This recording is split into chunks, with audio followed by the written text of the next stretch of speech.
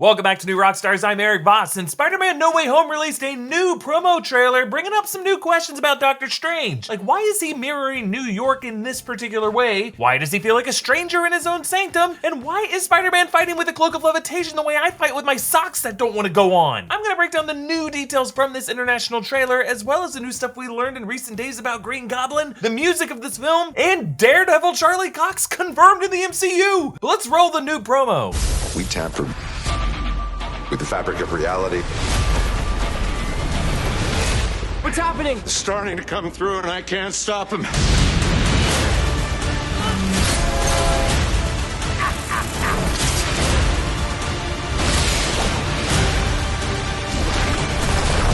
Can't believe I'm in the sanctum sanctorum. Neither can I.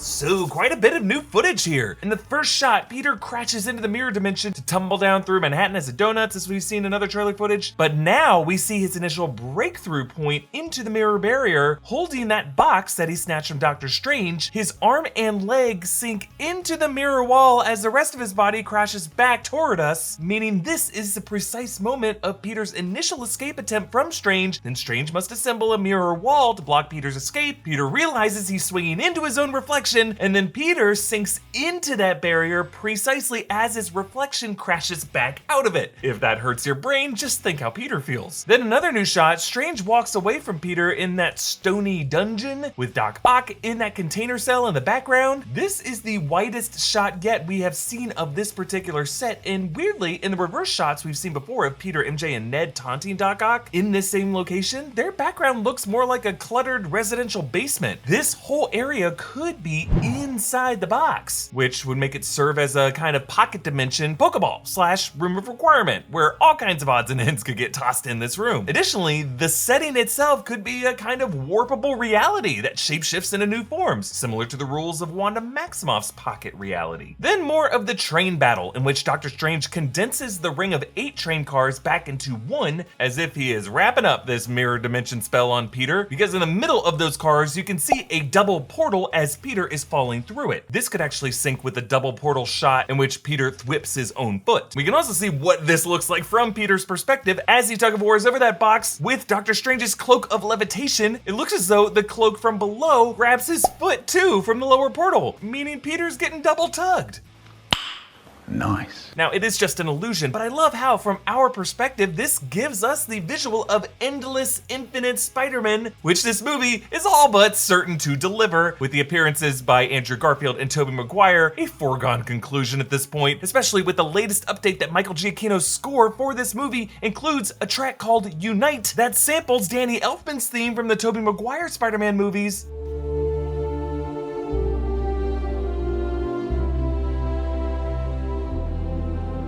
And James Horner's theme from the Andrew Garfield Spider-Man movies.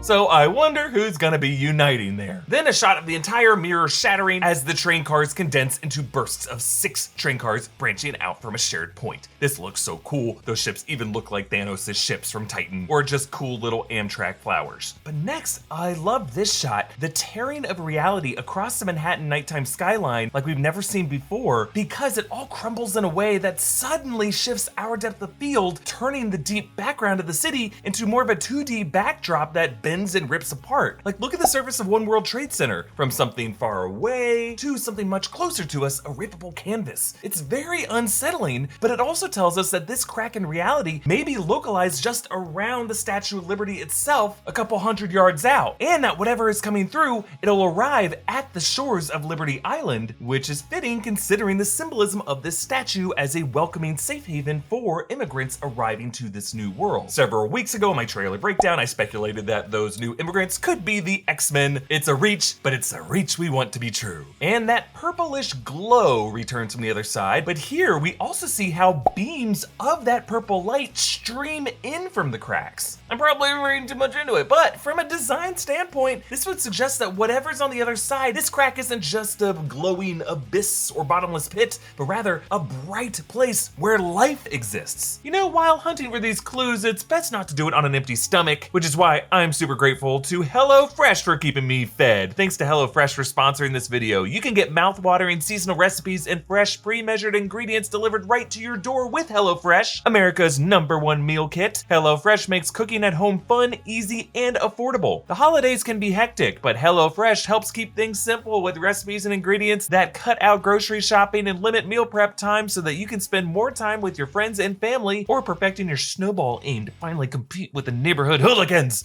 Youths. With HelloFresh, produce gets from the farm to your doorstep in under a week for peak freshness. HelloFresh has more 5-star reviews than any other meal kit, so you know you'll get something delicious. HelloFresh's pre-portioned ingredients mean there's less prep time for you and less wasted food. Last night, I made some delicious stir fry that I'm still savoring the flavors of. I will never brush my teeth again. All right, I got my pork going with all the spices in. Rice is almost done. And then other ingredients over here. Got my sauce all gooeyed up and yum yum. Stir fry, oh my, what a dinner! So go to HelloFresh.com and use code ROCKSTARS14 for up to 14 free meals and 3 free gifts. Then we see Peter back in his Iron Spider armor in that bridge battle with Doc Ock, dragging across the concrete, producing sparks, being towed by something heavy. And as he goes over the edge, if you look closely, you can see that it is a black SUV that he is saving from crashing down below. It actually looks like the same car that has Paula Newsome's character in it in the first trailer. So confirm this character is someone very important to him, that he does not want to die. I guess you could argue everyone is someone he doesn't want to die. Then, as Doctor Strange leads them all into the sanctum, Ned says, Can't believe I'm in the sanctum sanctorum.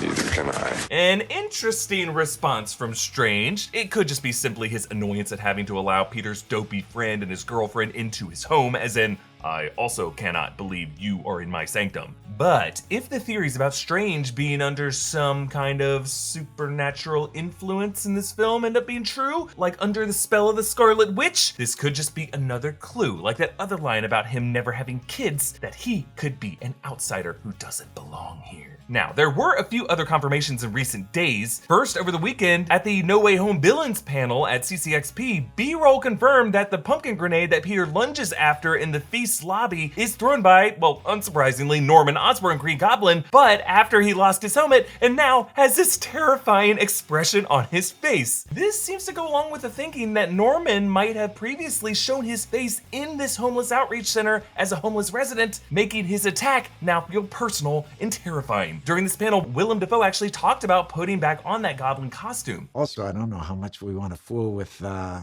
spoilers, but Oh, we love spoilers. the look's a little different. Old Norman and the Goblin are further down the line, and they have a few more tricks up their sleeve. There have been upgrades on the costume, let's say. And by upgrades, we must wonder, since Doc Ock acquires Stark Tech through the nanobots, Electro juices up with an old Stark arc reactor, what Stark Tech would Green Goblin have now? I'm wondering if Edith could be the answer, which would give Norman Osborn control of Stark's drone fleet, and that was the football that Peter Parker fought Mysterio over in Far From Home. Remember what Edith stood for: even dead, I'm the hero, which could be ironically twisted by Norman Osborn as well. But of course, the biggest confirmation we got, which we will definitely be talking about more in the coming days and weeks, came from Marvel head Kevin Feige in an interview to Cinema Blend, and he confirmed that Charlie Cox will be returning as Daredevil in the MCU. If you were to see Daredevil in upcoming things, Charlie Cox, yes, would be the actor playing Daredevil. Where we see that, how we see that, when we see that, remains to be seen. Oh my God! I gotta say, I'm not surprised that this is the case, but I am surprised that Feige went out and said it like this. Now, he did not go as far to say Charlie Cox, Matt Murdock, will appear in No Way Home. He said if Daredevil ever shows up in the MCU, it's gonna be Charlie Cox. It didn't say what title it would be, but I mean, come on. This does adhere with the various rumors about Cox showing up in No Way Home, which would join the speculation that Murdock's nemesis, Wilson Fisk, Vincent D'Onofrio from that same series, will show up in Hawkeye on Disney Plus in the same release week. It is all coming together. And the very prospect of Netflix Marvel characters showing up in the MCU at all, how they got here, whether they were always here, and which others might return as well, is just too huge of a question that we will be discussing further soon. So to support this channel so that we can make more of these kind of videos, please check out one of our great merch options at newrockstarsmerch.com. Follow me on Instagram and Twitter at EA Voss, follow New Rockstars, and subscribe to New Rockstars for more analysis of everything Marvel. Thank you for watching. Bye.